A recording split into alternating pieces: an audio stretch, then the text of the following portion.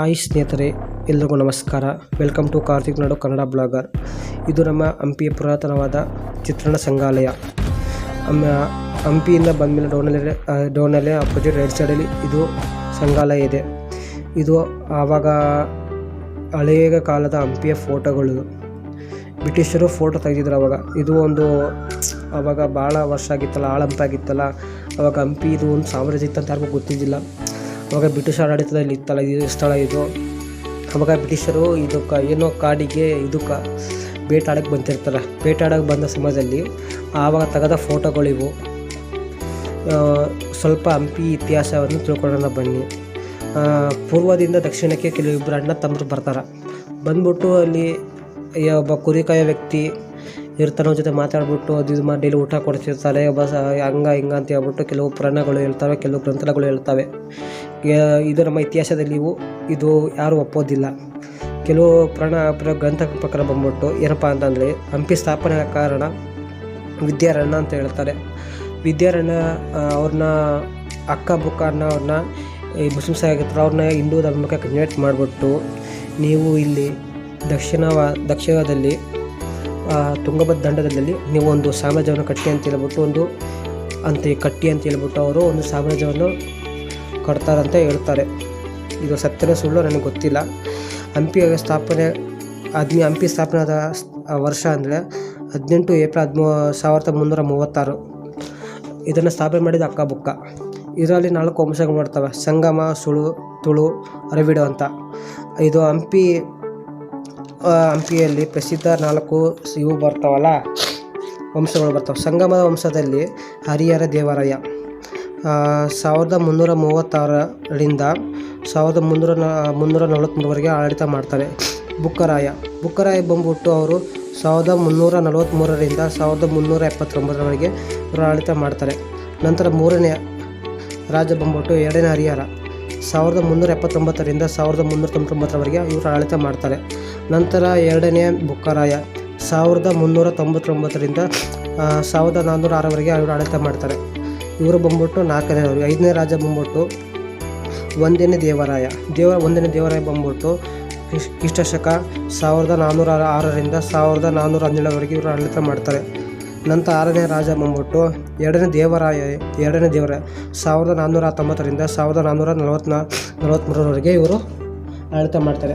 ಅಪರಿಚಿತ ಇವರು ಬಂದ್ಬಿಟ್ಟು 7ನೇ ರಾಜ. ಇವರು ಹೆಸರು ಗೊತ್ತಿಲ್ಲ. 1444ರಿಂದ 1449ರವರೆಗೆ ಆಡಳಿತ ಮಾಡ್ತಾರೆ. 8ನೇ ರಾಜ ಬಂದ್ಬಿಟ್ಟು ಮಲ್ಲಿಕಾರ್ಜುನ 1452ರಿಂದ 1465ರ ತನಕ ಅಪರಿಚಿತವಾಗಿ ಇವರು ಆಡಳಿತ ಮಾಡ್ತಾರೆ. ಮತ್ತು 9ನೇ ರಾಜ ಬಂದ್ಬಿಟ್ಟು ರಾಜಶೇಖರ. ಇವರು 1460ರಿಂದ 1469ರವರೆಗೆ ಇವರು ಆಡಳಿತ ಮಾಡ್ತಾರೆ. 10ನೇ ರಾಜ ಬಂದ್ಬಿಟ್ಟು 1ನೇ ವಿರೂಪಾಕ್ಷ. ಇವರು ಕ್ರಿಸ್ತಶಕ 1470ರಿಂದ 1471ರವರೆಗೆ ಇವರು ಆಡಳಿತ ಮಾಡ್ತಾರೆ.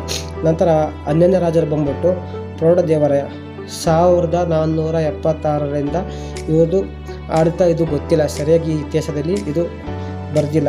12ನೇ ರಾಜ ಬಂದ್ಬಿಟ್ಟು ರಾಜಶೇಖರ್ 1479ರಿಂದ 1480ರವರೆಗೆ ಇವರು ಆಡಳಿತ ಮಾಡ್ತಾರೆ. ಇದು ನಂತರ 13ನೇ ರಾಜ ಬಂದ್ಬಿಟ್ಟು 2ನೇ ವಿರೂಪಾಕ್ಷ 1483ರಿಂದ 1484ರವರೆಗೆ ಇವರು ಆಡಳಿತ ಮಾಡ್ತಾರೆ. ನಂತರ ಕೊನೆಯ ರಾಜ ಬಂದ್ಬಿಟ್ಟು ರಾಜಶೇಖರ. ಅವರು 1486ರಿಂದ 1487ರವರೆಗೆ ಇವರು ಆಡಳಿತ ಮಾಡ್ತಾರೆ. ಇಲ್ಲಿಗೆ ಇದು ಸಂಗಮ ವಂಶ ಮುಗೀತು. ಇದು ಸುಳು ರಾಜವಂಶ. ಇವರು ಪ್ರಸಿದ್ಧ ರಾಜ. ಇದರಲ್ಲಿ ಹಂಪಿ ಆಡಳಿತ ಮಾಡಿದಂತ ಹೇಳ್ತಾರೆ. ನರಸಿಂಹ 1490ರಿಂದ ಇವರು ಸರಿಯಾಗಿ ಆಡಳಿತ ಮಾಡ್ದ ಇದು ಗೊತ್ತಿಲ್ಲ. ಎಷ್ಟು ಸಂಘ ಮಾಡಿದ್ರೆ ಅಂತ ಗೊತ್ತಿಲ್ಲ. ನರಸಿಂಹ ವೀರ ನರಸಿಂಹ ಅಂತ ಇದ್ದಾರೆ. ಇವರು ಕ್ರಿಸ್ತಶಕ 1509ರವರೆಗೆ. ಇದು ಕೊನೆ ಏನಾಯ್ತು ಅಂತ ನನಗೆ ಗೊತ್ತಿಲ್ಲ.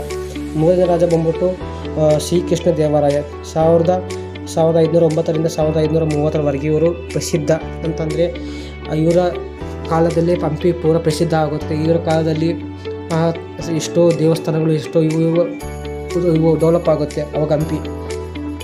ಇವರು ಸದಾಶಿವ ಅಂತ ಹೇಳ್ಬಿಟ್ಟು ಇವರು ಸಡನ್ನಾಗಿ ಅವರು ರಾಜ ಆಗ್ತಾರೆ. 1542ರಿಂದ 1567ವರೆಗೆ ಇವರು ಆಡಳಿತ ಮಾಡ್ತಾರೆ. ನಂತರ ಕೊನೆ ಇದು ತುಳು ವಂಶ.